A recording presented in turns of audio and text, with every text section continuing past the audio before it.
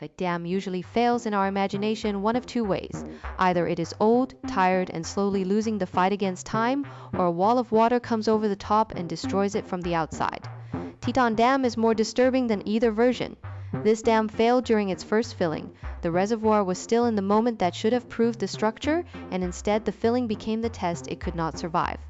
The open breach photo is the ending, but it is not the beginning. The beginning was a path for water near the right abutment, where seepage exploited cracks and erodible material. Once that path started to grow, emergency attempts to plug the leak were racing a process already inside the dam. The crest collapsed, the reservoir emptied through the breach. That is why the first image cannot just be disaster spectacle. It has to make viewers ask what invisible path connected a calm reservoir to a torn open wall. So the real question is not just why a dam broke, it is how a new water barrier could be torn apart the first time water was asked to trust it. First filling sounds calm, almost administrative. A reservoir rises, the dam takes load, and the project moves from construction object to operating system. But first filling is not a ceremony. It is the moment when assumptions stop being drawings and become pressure, flow, and contact with real ground. It is the first full argument between stored water and everything built to contain it. Before that moment, a dam can look complete. It can have the shape people expect, the scale people respect, and the quiet surface that makes it feel permanent. But water does not care what the system looks like from a distance. It searches, it pushes, it tests contacts, edges, cracks, and material that can move. It looks for the small permission the design never meant to give it. That is why first filling matters in this story. The same act that should have confirmed the reservoir also exposed the weak path. Teton Dam was not failing after decades of normal service. It was being asked its first real question, and the answer came from a place most viewers would not be watching. The obvious place to look is the broad face of the dam. It is the visual promise, a massive barrier standing between a reservoir and everything downstream. That image is powerful, but it can also mislead. A dam is not safe only because its center looks big. It has to control visible water and invisible water. It has to keep water from flowing over the top, but it also has to keep seepage from finding a damaging route through or along the structure. For viewers, that distinction is the whole case. Not the water everyone can see, but the water that moves through the wrong hidden route. The important location in this case was near the right abutment, the edge where the dam tied into the ground beside it. That edge matters because a system is often weakest where two things meet. The abutment is not decoration, it is a joint in the system. The title tells you the dam was torn apart.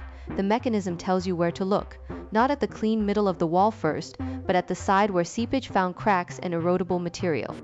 Here is the quiet mechanism behind the loud collapse. Seepage is water moving where it is not supposed to become a destructive flow path. Think of it less like a puddle and more like a route being tested under load. A little seepage is not automatically a breach, and the difference matters.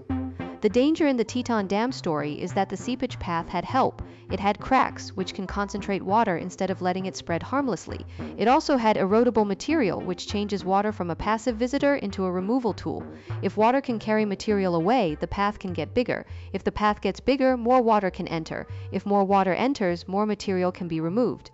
That feedback loop is the reason a small hidden problem can become a visible failure. That is the trap. Each successful movement of water improves the next movement of water.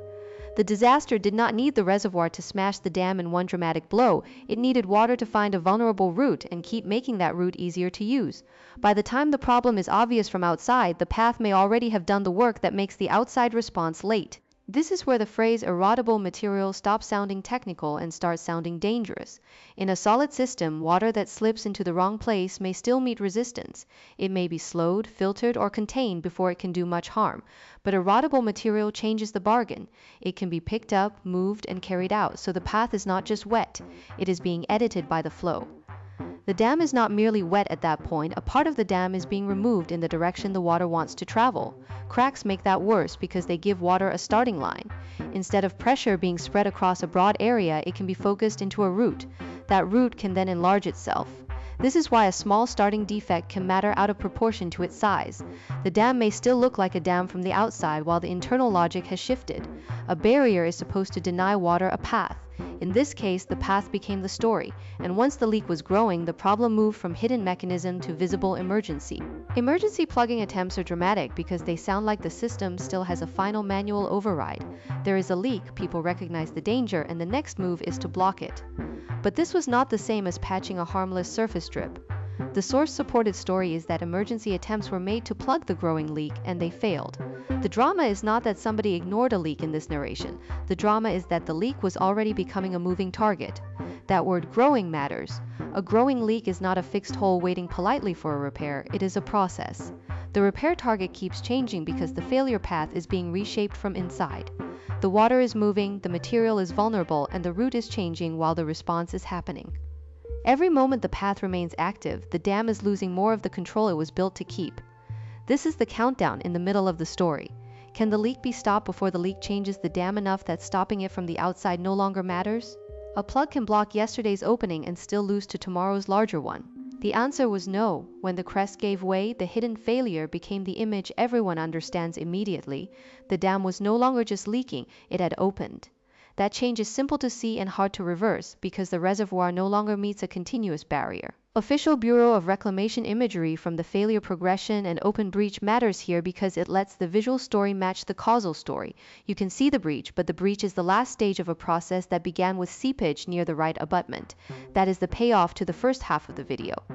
The dam did not simply decide to break at the most dramatic point. The reservoir had been given a route through the structure, and as that route enlarged, the crest lost the fight. The collapse was not a separate event tacked onto the leak, it was the visible payment for the hidden path. Once the crest collapsed, the reservoir no longer had to wait behind the dam. It had a new outlet through the thing that was supposed to stop it. After a breach, the language changes. Before the collapse, the dam is a control system. It decides where water can go. After the collapse, the breach decides. Control has moved from the engineered route to the accidental route. That is why the reservoir emptied through the breach is such a brutal sentence. It does not describe a nuisance leak. It describes the reservoir using the failure path as its exit. The official aftermath and breach images can show scale without needing unsupported numbers. The point is not to turn the aftermath into a scoreboard, it is to show the moment a design storage system stops storing. They show that the story has moved beyond an engineering defect into a visible loss of control. The water that had been stored behind the dam was now moving through the opening created by the failure, and that opening had been prepared by the same seepage and erosion sequence. This is the reversal at the center of Teton Dam. A reservoir is supposed to be held by the dam. Here, during first filling, the reservoir became the force that completed the breach and emptied itself through it. The reason this failure matters beyond one structure is the timing. First filling is when a built system meets the real operating condition it was made for. It is tempting to treat that moment as a finish line because construction has already produced the visible object. That is a comforting human habit, and it is exactly the habit this case punishes. But the operating environment is not impressed by visible completion. Water pressure, foundation contact, cracks, material behavior, and edges all arrive together. If the weak point is near an abutment, the center of the dam can look reassuring while the important action is taking place somewhere else. That is the lesson for any big system. Being built is not the same as being proven. A system can look finished before it has survived the first condition that uses every weakness at once. Teton Dam made that difference impossible to ignore. The operating condition did not create a brand new law of physics. It revealed which part of the built system could not handle the laws already waiting for it. So the lesson is not simply big dams can break, that is true, but too vague to be useful. The sharper lesson is to watch the edge, the interface, and the material that water can change. Those are quieter than a giant wall of concrete or earth, but they can decide whether the giant wall behaves like a wall at all. The right abutment was not a side detail in this story.